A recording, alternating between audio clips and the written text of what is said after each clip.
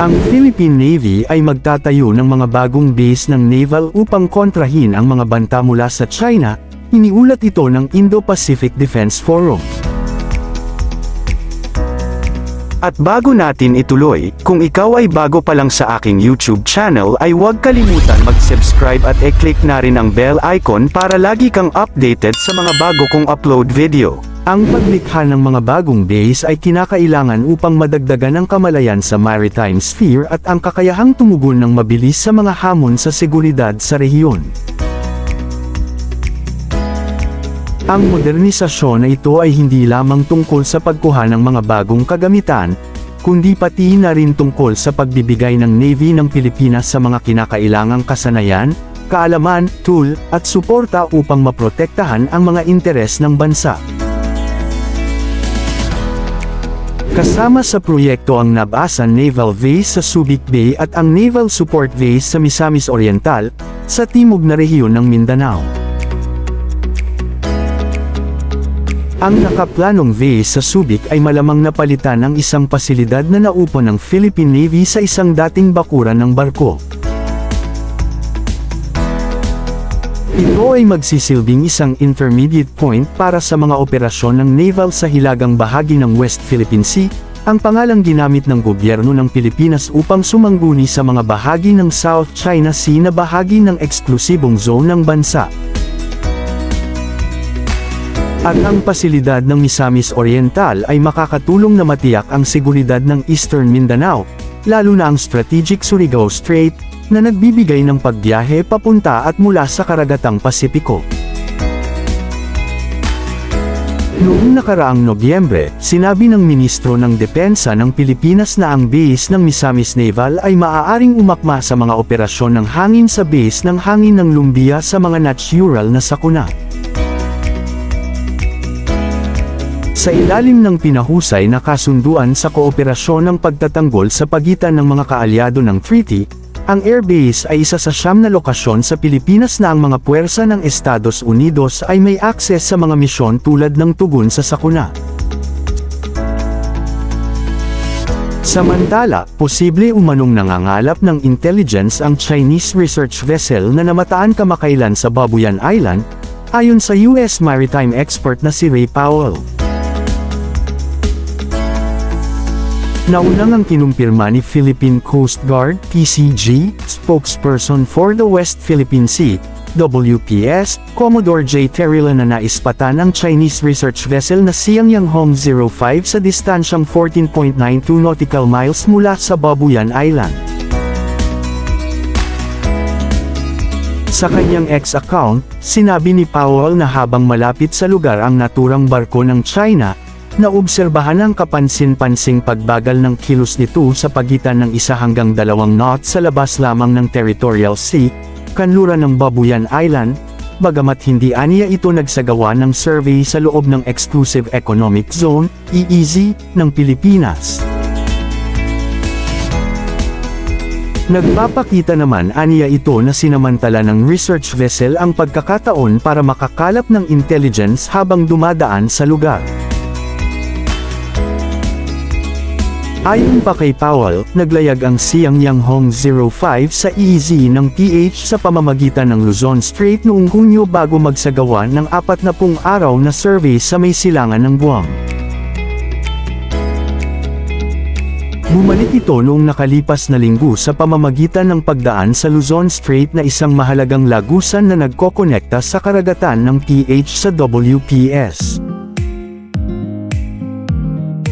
Samantala, ang Philippine Navy ay naghahanap upang makakuha ng 10 higit pang mga Acero gunboats sa susunod na yugtong ng Militar Modernization Program ng Maynila ayon sa isang pagtatanghal na ipinakita ng pinuno ng militar ng bansa. Habang ang Chief of Staff ng Armed Forces of the Philippines ay hindi nagbigay ng mga detalye sa proyekto, isang slide ang nakumpirma na ang nakaplanong pagkuha ng Fast Attack Interdiction Craft ay nasa ilalim ng iba pang mga pagsisikap sa modernization efforts.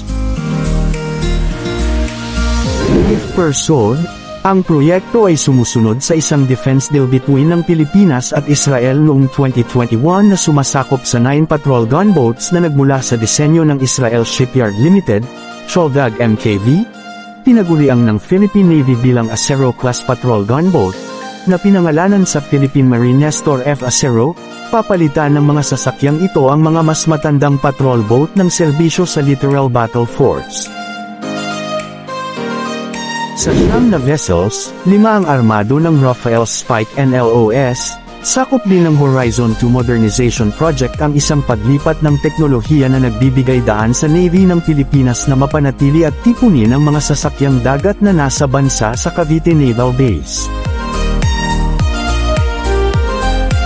Ang Acero gunboats ay na-deploy sa buong Pilipinas, kabilang ang Tito Island sa South China Sea at Southern Mindanao, habang mayroon silang isang katulad na saklaw sa Jose Androda-class coastal patrol craft, na pupunan nila at sa huli ay papalitan. Ang mga dinisenyo na mga bangka na dinisenyo ng Israel ay maaaring umabot ng bilis hanggang sa 40 knots. Uri ang Horizon 3, ang mga pagsisikap ng modernisasyon ay naglalayong dalhin ang armadong puwersa ng Pilipinas mula sa isang panloob na puwersa na nakatuon sa isa na maaaring harapin ang mga conventional challenges, tulad ng mga nasa South China Sea. Nagpaplano ang Philippine Navy, PN, na kumuha ng 2 pang anti-submarine platform upang makatulong na mapalakas ang kanilang mga kakayahan laban sa submarine. Sinabi ng tagapagsalita ng PN para sa West Philippine Sea, WPS, na si Rear Admiral Roy Vincent Trinidad sa isang press briefing sa Camp Aguinaldo, Quezon City, anya nagsumite kami ng mga panukala para sa 2 pang corvette, o 2 pang frigate.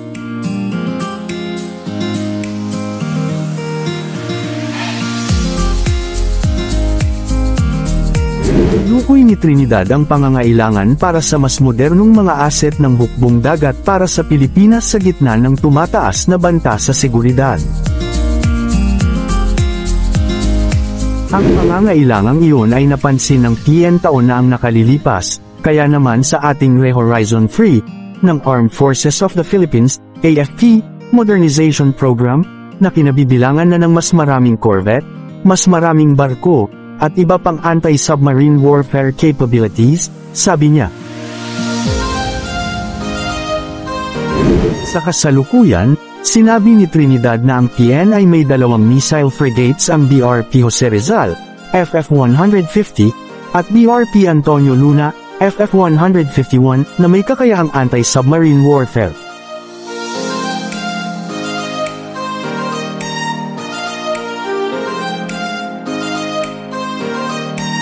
2 guided missile corvette kasama ang 6 na offshore patrol vessels ang kasalukuyang ginagawa ng HD Hyundai Heavy Industries ng South Korea, habang ang 2 karagdagang landing docks ay ginagawa ng Indonesian shipyard PT PAL.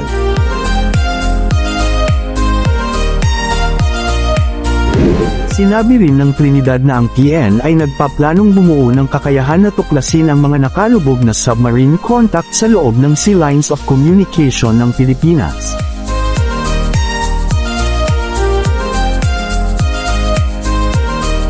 Sabi ni Trinidad, ang malawak na programa ay upang paunlarin ang kakayahan ng AFP para sa pakikidigma sa ilalim ng dagat.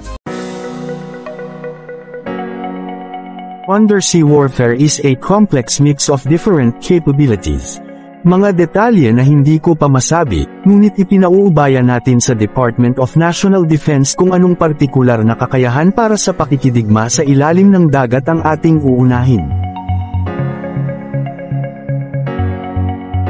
Namin din niya na ang PN sa ngayon ay may modest capabilities to detect underwater threats. Ang aming undersea warfare capability ay katamtaman pa rin. It is still an ongoing development. Mayroon kaming katamtamang kakayahan, ngunit mayroon kaming mas malaking kakayahan upang subaybayan ang mga asset sa ibabaw, mga target sa ibabaw.